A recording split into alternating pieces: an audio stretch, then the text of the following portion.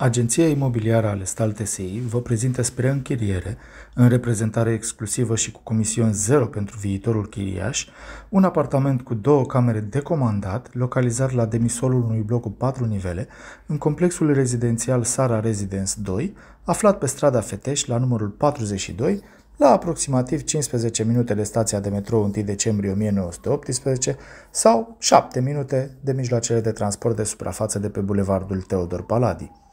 Livingul și bucătăria sunt open space, dar suprafața este suficientă încât să nu te simți înghesuit, iar în spatele bucătăriei este și o cămară. Dormitorul este dotat cu pat și 2 dulapuri, dar și un birou, precum și 2 noptiere. Referitor la spațiul de depozitare, ar fi de menționat că mai sunt 2 dulapuri pe hol și nici biblioteca din living nu e tocmai mică. Canapeaua din living este extensibilă și, aparent, chiar confortabilă pentru dormit.